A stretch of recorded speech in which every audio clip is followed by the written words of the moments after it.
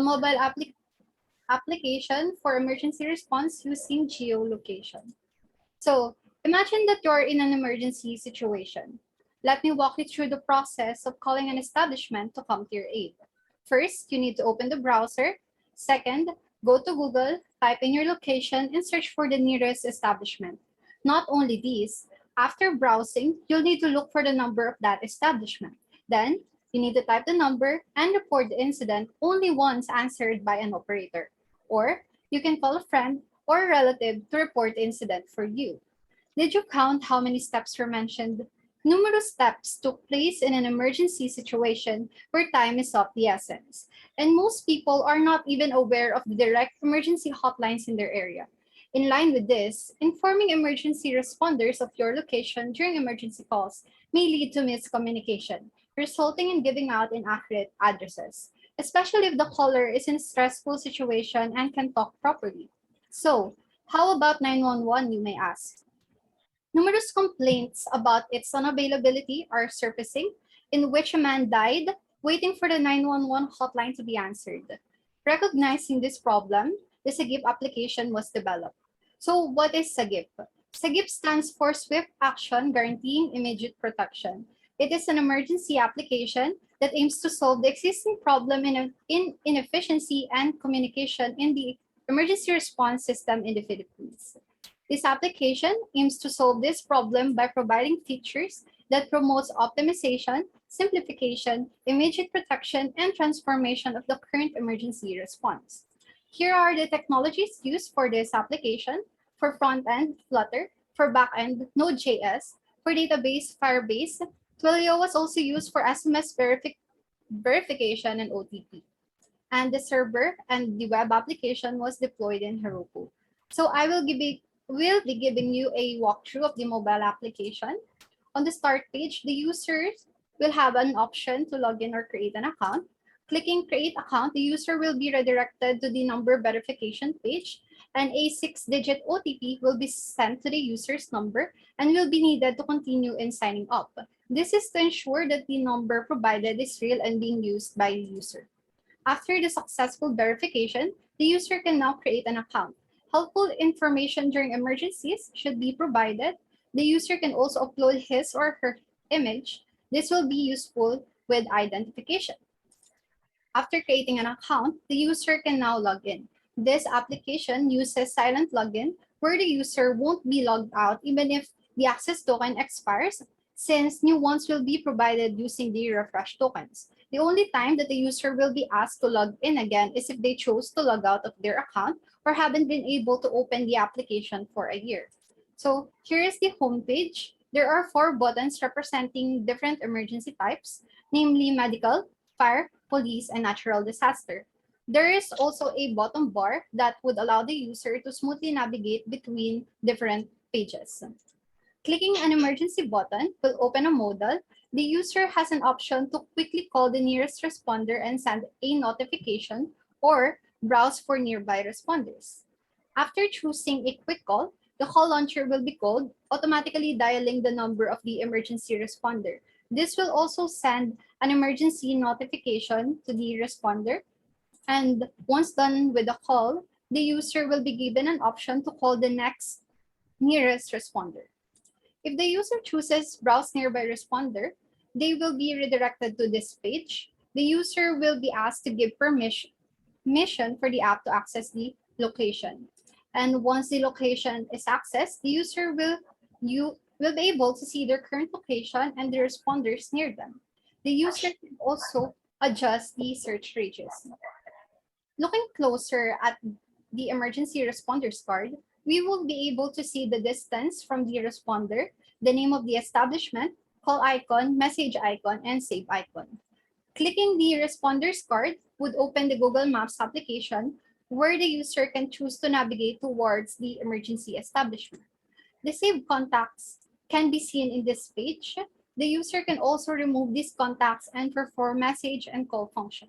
So here is the user's details tab, where the user can update their information or log out of the application. The user can also see their account history in the history tab, also in the profile page. So next, for the web application, this simple application can be used by the responders. First, here is the notification that the responder will be receiving. This contains the user's basic information. This also includes a link to the user's profile with a corresponding password. This password will expire within 24 hours. And since the link will be sent through the phone, the web application is designed for mobile web view. Here, the responder will be asked for the OTP.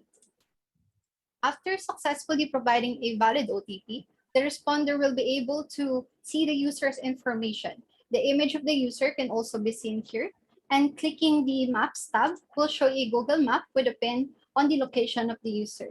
So that's all for the application. Now for the testing results. 30 respondents from Muntinlupa City were able to test this application. For testing, the database was supplied with information of emergency establishments in Muntinlupa City. This information includes establishment's name, address, longitude, latitude, local, category, and contact number. All information except the contact number was retrieved from the public data of these emergency establishments. And 5 devices were used to emulate these establishments. The respondents were asked to answer a pre-testing questionnaire to determine their knowledge of the emergency services in their area and stand on having to use a mobile application during emergencies. It can be seen that only 4 of the respondents had saved an emergency service contact number on their phones. And in this 4, only 1 respondent saved more than 1 number. This implies that people don't usually save emergency contacts in their phones. And regarding the questions about the reason why they don't know the number of emergency services in their area, it can be seen that aside from the reason that they have not experienced emergencies in the past, many responders would just rather Google the number or call relatives, which would take additional time during an emergency. And in the following question about their response during emergencies, it can be seen that most respondents would call their relatives or friends or Google the contact numbers of the emergency services. Again, these acts alone would already take minutes, which can be detrimental in an emergency situation. It can also be seen that the respondents are partially interested in using a mobile application for emergencies. With an average of 4, it can be assumed that they are open with that idea. So the respondents were then asked to test the application and answer the post-survey questionnaire. They were asked about their level of satisfaction with the application's functionality, usability, efficiency, portability, overall experience, likelihood to use the application, and likelihood to endorse the application. Let's have a quick look at the distribution of their answers before we see the summarization. So for functionality, it can be seen that most answered 5, which is the highest satisfaction level. This can also be seen in the usability, and it can be seen in the efficiency that 1 answered 3. The answer for level 5 is relatively lower than the previous criteria discussed. Here, it is shown that the users were satisfied with the app's portability, gaining level 4 and 5 answers. And for the question about overall experience, the application gained many level 5 scores. Moving on the likelihood of using the application, the users showed promising feedback. This can also be seen on the likelihood of endorsing the application to others. So for the summary, based on the results of the survey, each criterion set by the ISO 9126 standard was deemed to be under the satisfied scale. It can also be seen that the respondents will likely use and endorse the application. This result demonstrated the app's effectiveness in achieving its primary objectives. Aside from this, here are some comments from the respondents about the application.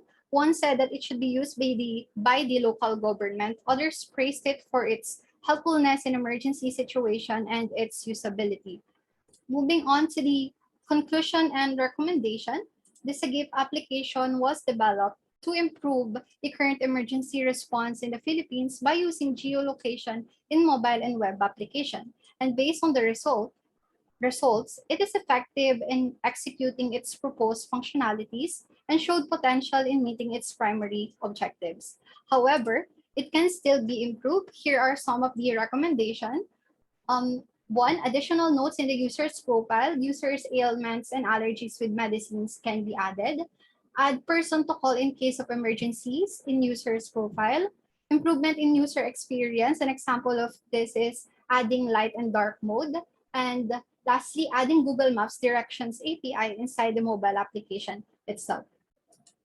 So to end, time waits for no one. In an emergency situation where time is of the essence, a single second can be the determining factor between life and death. Striving towards efficiency and better response is what we should do, and SAGIP is where we should go. That's all for my presentation. Thank you.